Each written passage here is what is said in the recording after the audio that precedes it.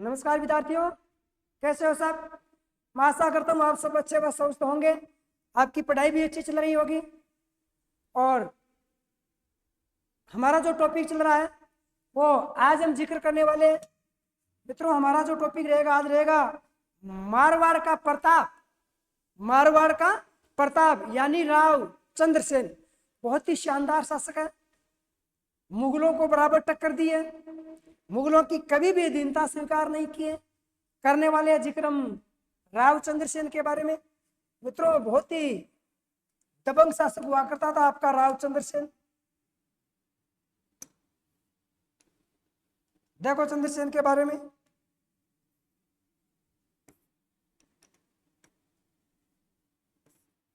देखो शासक का नाम क्या है? राव चंद्रसेन।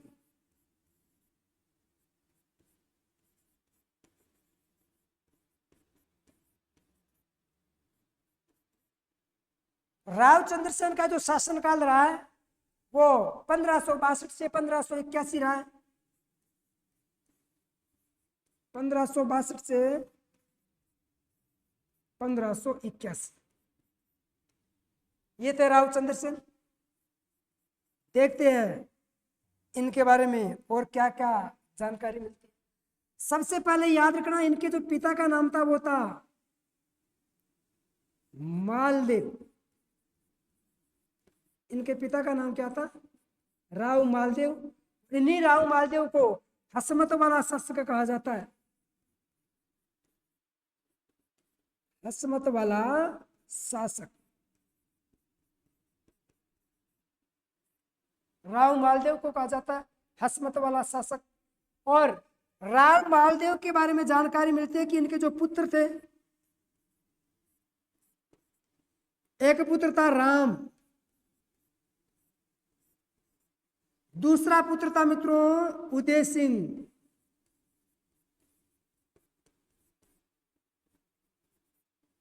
तीसरा पुत्र था चंद्रसेन,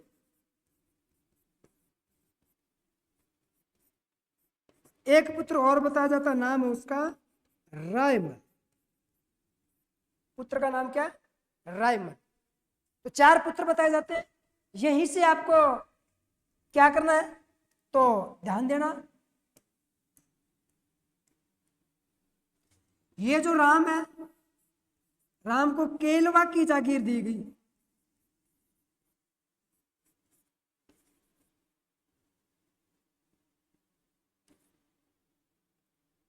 केलवा की जागीरी दी गई थी किसको?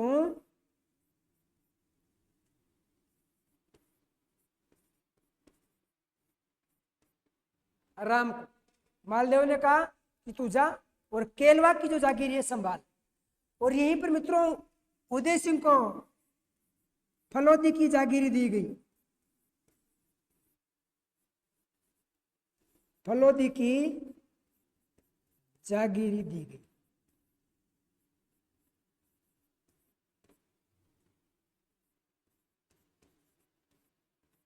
इसको भी याद रखना।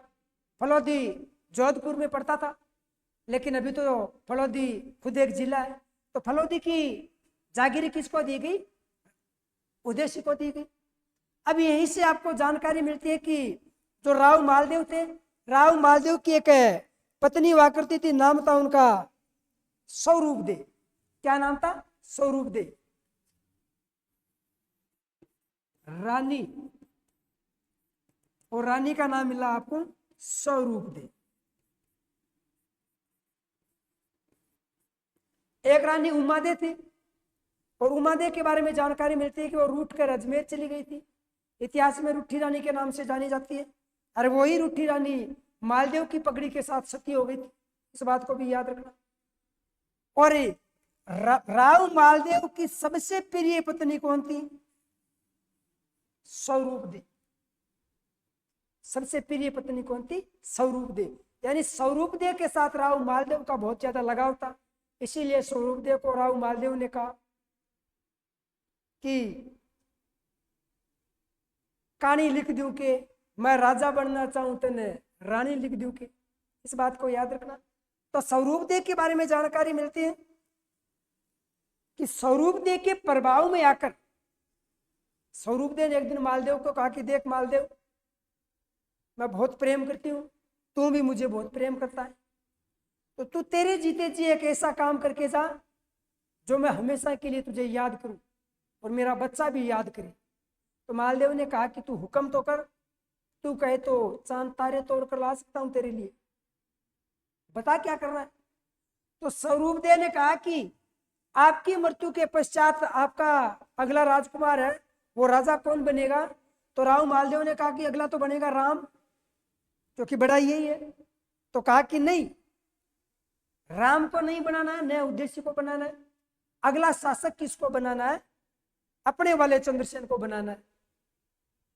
मालदेव ने कहा बस इतनी सी बात, बावड़ी तू का तो अब बना दूं, ये तो बहुत छोटी बात है मेरे लिए।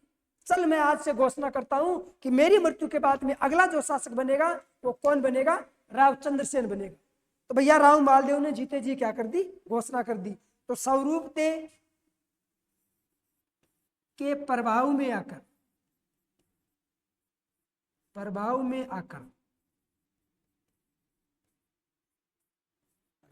मालदेव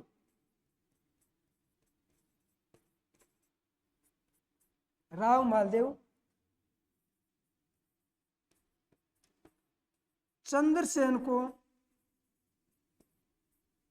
राजा बनाने की घोषणा करता है।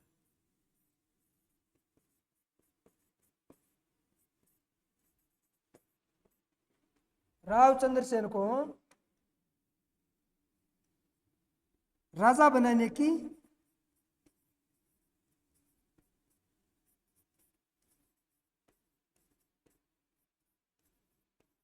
घोषणा करता है। और 1562 ईस्वी में मालवा की सीमा पर बाज बहादुर की सहायता करते हुए मारा गया था मालदेव। और 1562 में राज्याभिषेक किसका हुआ था, राव चंद्रसेन का हुआ था। इस बात को भी आप याद रखना। जब चंद्रसेन का राज्याभिषेक हुआ, राव चंद्रसेन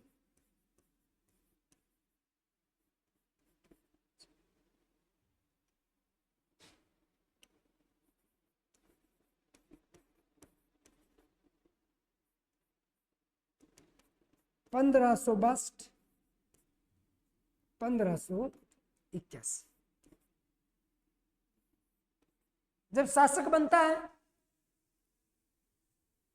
तो अपने भाइयों के साथ उत्तराधिकार को लेकर संघर्ष लड़ता है पहले तो, ठीक है ना। इसमें लिखेंगे भाइयों के साथ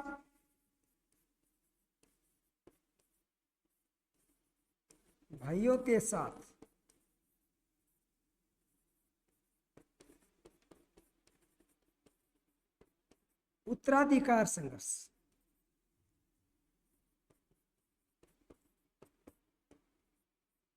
तो कौन कौन सा संघर्ष हुआ था इसमें देख लेते हैं मित्रों। एक युद्ध हुआ था, इस युद्ध को आप याद रखना, युद्ध का नाम है लोहावट का युद्ध।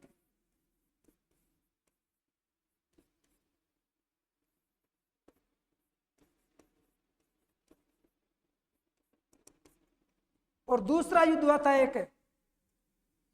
हुआ था नाडोल का युद्ध।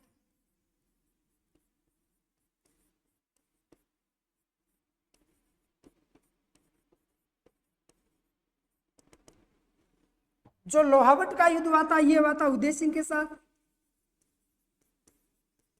इसी उदय सिंह को अकबर ने मोटा राजा की उपाधि थी, तो इतिहास में से मोटा राजा उदय सिंह कहा जाता है, लेकिन अभी नहीं कह सकते क्योंकि अभी तो राजा नहीं बनाई।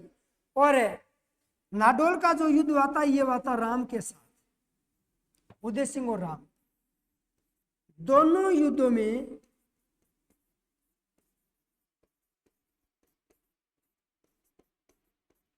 राव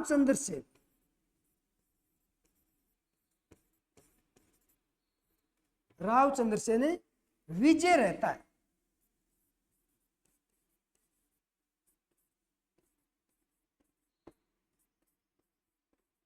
ये लो भाई, दोनों भाइयों को टाइम टाइम पर लपका दिया और लपकाने के बाद में राज्याभिषेक करवा लिया। अब इनके पास और कोई ऑप्शन नहीं था, न तो उद्देश्य के पास था न राम के पास था। तो उल्लेख मिलता है कि राम और उद्देश्य दोनों कहां चले गए, राम और उदय सिंह दोनों अकबर की शरण में चले गए। और वहीं पर मित्रों सेना की मांग थी कि हमें सेना चाहिए, हम आक्रमण करने वाले हमारे भाई पर। और याद रखना अकबर ने सैनिक सहायता भी दी थी, सैनिक सहायता मांगी थी, वहीं से सैनिक सहायता भी दी थी। और एक व्यक्ति को भेजा था हुसैन कुल्ली खां, उसके बारे में भी जिक्र करने वाले हैं, ठीक है ना। तो अब हम इसमें क्या लिखने वाले हैं, नोट में लिखेंगे।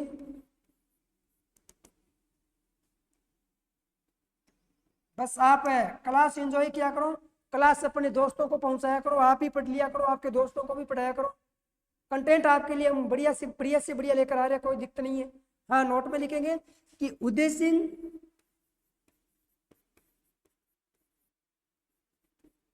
व राम दोनों अकबर की शरण में चले गए।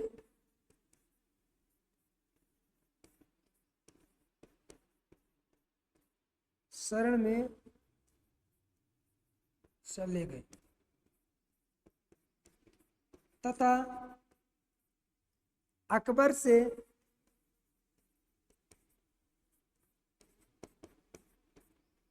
सैनिक सहायता मांगी।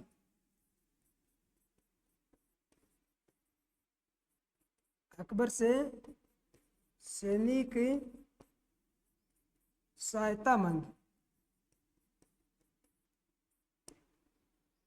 अकबर को कहा कि हमें सैनिक सहायता चाहिए। अकबर ने कहा कि कोई बात नहीं, चले दे देंगे। अकबर को तो बहाना चाहिए मारवाड़ में आने का। अकबर तो इंतजार कर रहा कि कोई ना कोई मुर्गा फंसे ताकि मैं मारवाड़ वाले क्षेत्र पर जाऊं, वहां के शासकों को दीनता स्वीकार करवाऊं। चाह रहा था अकबर, बिल्ली के बाग का छिंका टूट गया यहाँ। बस सुनो, अब जब सैनिक सहायता मांगी तो अकबर ने भेज दिया हुसैन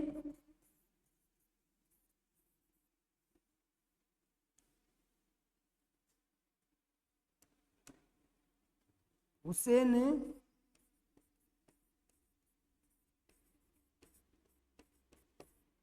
कुली खां को सेना लेकर जोधपुर पर भेजा।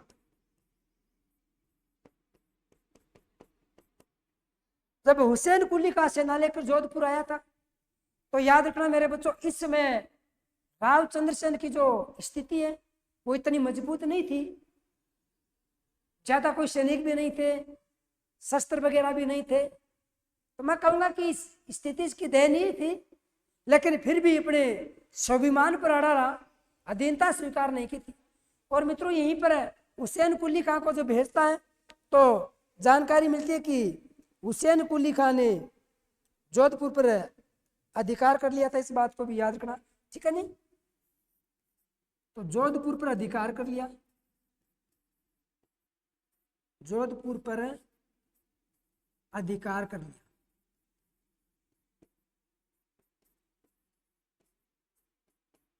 किसने अधिकार किया? हुसैन कुली खां ने। कब किया था? तो याद रखना 1564 ईस्वी में हुसैन कुली खां ने किस पर अधिकार कर लिया? जोधपुर पर अधिकार कर लिया। इस बात को भी आप क्या रखना, याद रखना मेरे बच्चों। और यहीं से राव चंद्रसेन क्या है, जोधपुर से 1564 में भादरा जून चला गया था। कहां चला गया था? भादरा जून चला गया था। इस बात को भी आप याद रखना। चलो देख लेते हैं। 1564 में राव चंद्रसेन जोधपुर से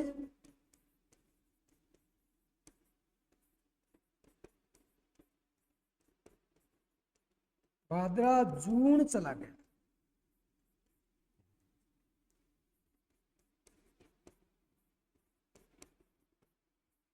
कहां चला गया था? भादरा जून चला गया था। इस बात को आप याद रखना। अब ये भादरा जून में, और मित्रों अभी याद रखना यहीं से चंद्रसेन के उपनाम, चंद्रसेन के उपनाम। तो किन किन नामों से चंद्रसेन जाना जाता है, इस बात को भी हम देखेंगे। मित्रों, चंद्रसेन का जो उपनाम है वह भूला बिसरा राजा।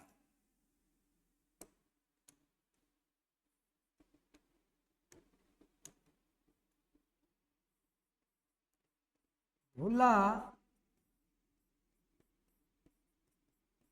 बिसरा राजा।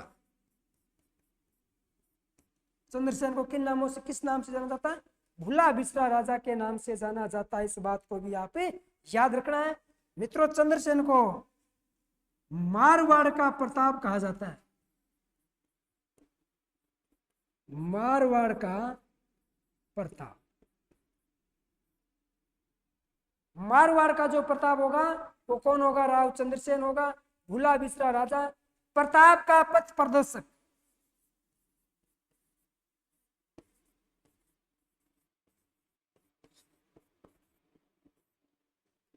महाराणा प्रताप का जो पथ प्रदर्शक है ये किसे कहा जाता है? तो राव चंद्रसेन को कहा जाता है। इस बात को भी आप क्या रखना, याद रखना है। और इनके अलावा याद रखना है विस्मृत शासक। विस्मृत शासक या नायक। विस्मृत शासक या नायक किसे कहा जाता है? तो राव चंद्रसेन को कहा जाता है। ये जो उपनाम है ये सभी के सभी उपनाम किसके? राव चंद्रसेन के।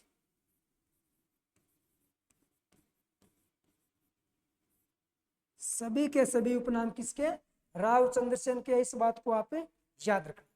अब हम थोड़ी सी बात कर लेते हैं। बात है 1570 की। कब की बात है? 1570। और 1570 में मित्रों अकाल पड़ा।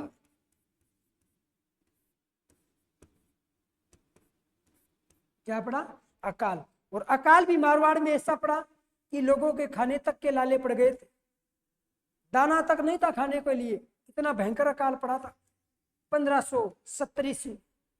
और मित्रों यहीं पर उल्लेख मिलता है कि अकबर राजस्थान वाले भाग में आना चाहता है। अभी अकबर के पास सुनहरा अवसर है। अकबर ने कहा कि मैं अकाल रात कार्यक्रम के अंतर्गत आया हूं। और अकबर आया था। अकबर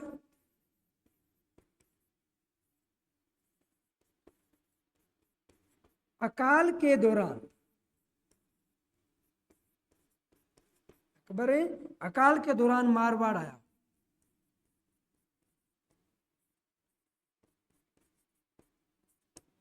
अकबर अकाल के दौरान कहा आया था? मारवाड़। और मारवाड़ में कहा आया था मित्रों? नागौर।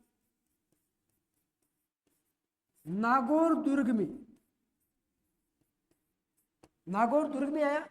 और ऐसा उल्लेख मिलता है कि शुक्रवार के दिन अकबर ने क्या किया? शुक्रवार के दिन नमाज पढ़कर शुक्र तालाब का निर्माण करवाया था। अकबर ने कहा कि अकाल रात कार्यक्रम के अंतर्गत मैं ये काम शुरू करने जा रहा हूं जिसमें लोगों को रोजगार मिलेगा ताकि खाने पीने की व्यवस्था जो उपलब्ध करवाई जा सके। ठीक है ना? तो नागौर दुर्ग में शुक्र तालाब का निर्माण करवाया।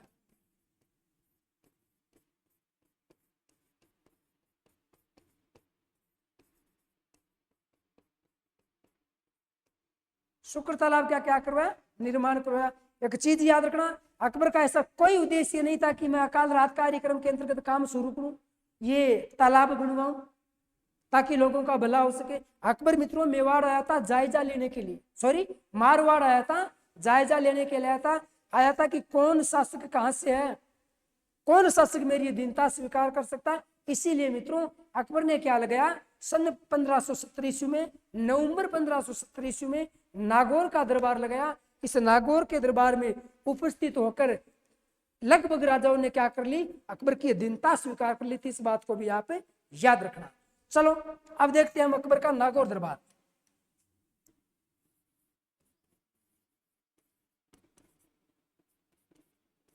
अकबर का नागौर दरबार कब? 1570। 1570 में अकबर का नागौर दरबार लगाया गया था। अब मित्रों इस नागौर के दरबार में देखते हम लोग।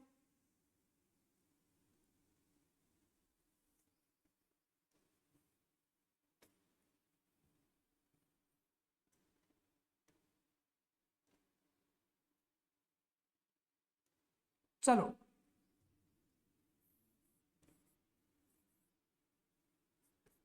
अकबर के नागौर दरबार में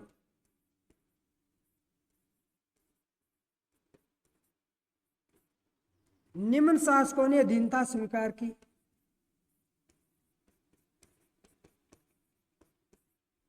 निम्न शासकों ने अधीनता स्वीकार की।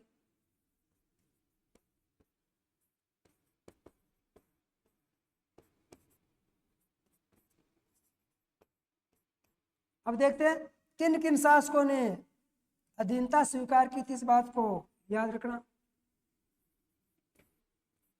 ठीक है, अधीनता स्वीकार करने वाले लोग कौन थे? तो सबसे पहले मित्रों हम बात करेंगे अपने बीकानेर की। और बीकानेर का शासक था कल्याणमल।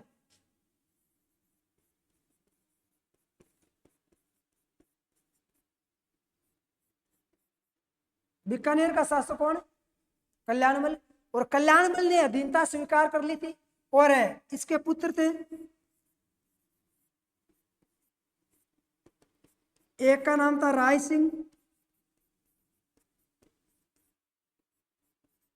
और दूसरे का नाम था पृथ्वीराज राठौड़।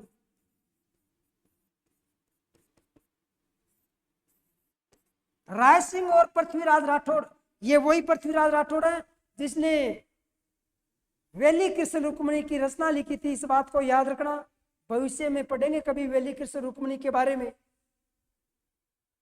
ठीक है, तो दोनों को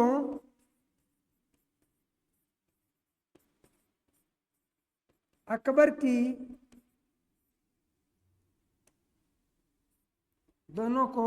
की सेवा में नियुक्त किया। हेलो भैया, अंग तो वो काम हो, गुलामी स्वीकार कर ली अकबर की। चलो दूसरी ओर से अगर मैं बात करूं बूंदी की, तो बूंदी से भी एक शासक आया था, नाम था सुरजनहाड़ा। बूंदी का जो शासक था क्या नाम था? सुरजनहाड़ा। और सुरजनहाड़ा ने भी मित्रों क्या कर ली थी? अधीनता स्वीकार कर ली थी। इस बात को भी याद रखना, सुरजनहाड़ा।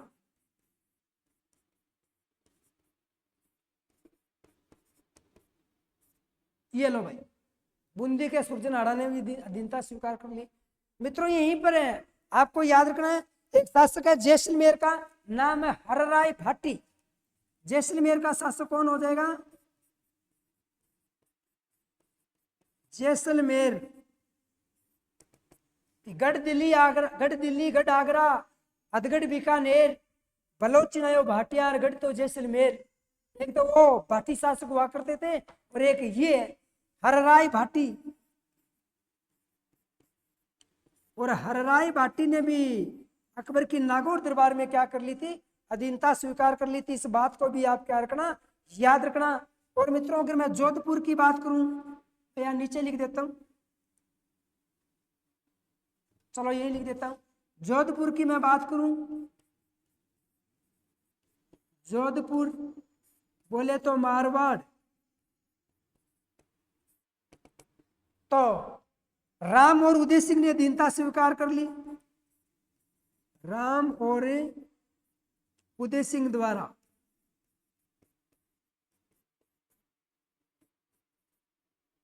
राम और उदय सिंह दोनों ने क्या कर ली? अधीनता स्वीकार कर ली। चंद्रसेन एक बार के लिए नहीं आया, उसके बारे में भी जिक्र करेंगे। तो ये हो गया आपका राम और उदय सिंह। इनके अलावा मित्रों आपको और याद क्या रखना है वो सुनो। आमेर की बात करूं, आमेर की, तो आमेर में एक चीज याद रखना आपने, आमेर, तो आमेर वालों ने अधीनता पहले ही स्वीकार कर लिए। आमेर के शासकों ने तो 1562 में दीनता स्वीकार कर ली थी, वैवाहिक समझौता भी अकबर के साथ स्थापित कर लिया था। लेकिन इस दरबार में उपस्थित हुआ था बहारमल। कौन हुआ था? बहारमल। और बहारमल का पुत्र था मित्रों भगवंत दास, और भगवंत दास भी इस दरबार में उपस्थित हुआ था। और भगवंत दास का पुत्र था मित्रों फर्जंद राजा मान सिंह, और मान सिंह भी इस दरबार में क्या हुआ था? उपस्थित हुआ था। इस बात को याद रखना। जब यह दरबार लगाया गया था उस समय राव चंद्रसेन भादरा जून में बैठा था, और राव चंद्रसेन को पत्र भेजा गया कि हे राव चंद्रसेन, अकबर का दरबार लगाया गया तो एक बार आपको न्योता जरूर आइए। और मित्रों ऐसा उल्लेख मिलता है कि राव चंद्रसेन इस दरबार में आया। राव चंद्रसेन नागौर दरबार में आया, और नागौर दरबार में आए जब आया था तो इन लोगों ने अधीनता स्वीकार कर ली थी। और राव चंद्रसेन को जब अधीनता स्वीकार करने के लिए कहा गया तो राव चंद्रसेन ने कहा कि देख अकबर, मेरे स्वाभिमान के साथ खिलवाड़ करने की कोशिश मत कर। मैं तेरी अधीनता ने तो अब स्वीकार कर रहा हूं और न कल स्वीकार करूंगा। मुझे मरना मंजूर है लेकिन तेरी अधीनता स्वीकार नहीं करूंगा। जब तक जीऊंगा स्वाभिमान के साथ जीऊंगा। इसीलिए मित्रों राव चंद्रसेन के बारे में इतिहासकारों ने कहा है, राव चंद्रसेन के बारे में इतिहासकारों ने क्या कहा कि घर जाता धर्म जाता तिरिया पड़ता ताव। घर जाता धर्म जाता तिरिया पड़ता ताव, तीनों दिन मरण के रंग के राव। इस बात को आप क्या रखना, याद रखना कि घर जाता धर्म जाता तिरिया पड़ता ताव, और तीनों दिन मरण के और के राजा के राव। इस बात को आप याद रखना। ठीक है। फिर इन्हीं इतिहासकारों के द्वारा इन महान शासकों के बारे में लिखा गया है। इतिहासकारों के द्वारा इन महान शासकों के बारे में लिखा गया है जिन्होंने अकबर की अधीनता स्वीकार कर ली। उनके बारे में लिखा गया है कि घर जाए धर्म जाए, घर जाए धर्म जाए, तिरिया खोवे सतीत्व, तीनों खोया सुख मिले बन्यो रहे अस्तित्व। तीनों खोया सुख मिले बन्यो रहे अस्तित्व। देखो ये एक तो ये और एक हमारा चंद्रसेन। चंद्रसेन इसी दरबार से उठकर चला गया था और अकबर को चैलेंज देकर गया था कि अकबर, तू तेरी जिंदगी में मुझे कभी झुका नहीं पाएगा। मैं मर सकता हूं, मिट सकता हूं, कट सकता हूं, लेकिन मैं किसी की गुलामी नहीं करूंगा। जब तक जीऊंगा स्वाभिमान के साथ जीऊंगा। और स्वाभिमान के साथ भी जिया था। इसीलिए मित्रों राव चंद्रसेन को मारवाड़ का प्रताप कहा जाता है, भूला बिसरा राजा कहा जाता है, विस्मृत शासक कहा जाता है, प्रताप का अग्रगामी कहा जाता है। अब मित्रों महाराज राव चंद्रसेन के द्वारा आगे कौन सा युद्ध होगा, अकबर पीछा किसके द्वारा करवाएगा, क्या होगा, क्या अधीनता स्वीकार करेगा और कैसे रहेगी आगे राव चंद्रसेन की दिनचर्या, यह जानने के लिए आपको देखना पड़ेगा अगला एपिसोड। तब तक के लिए धन्यवाद। जय हिंद, जय भारत।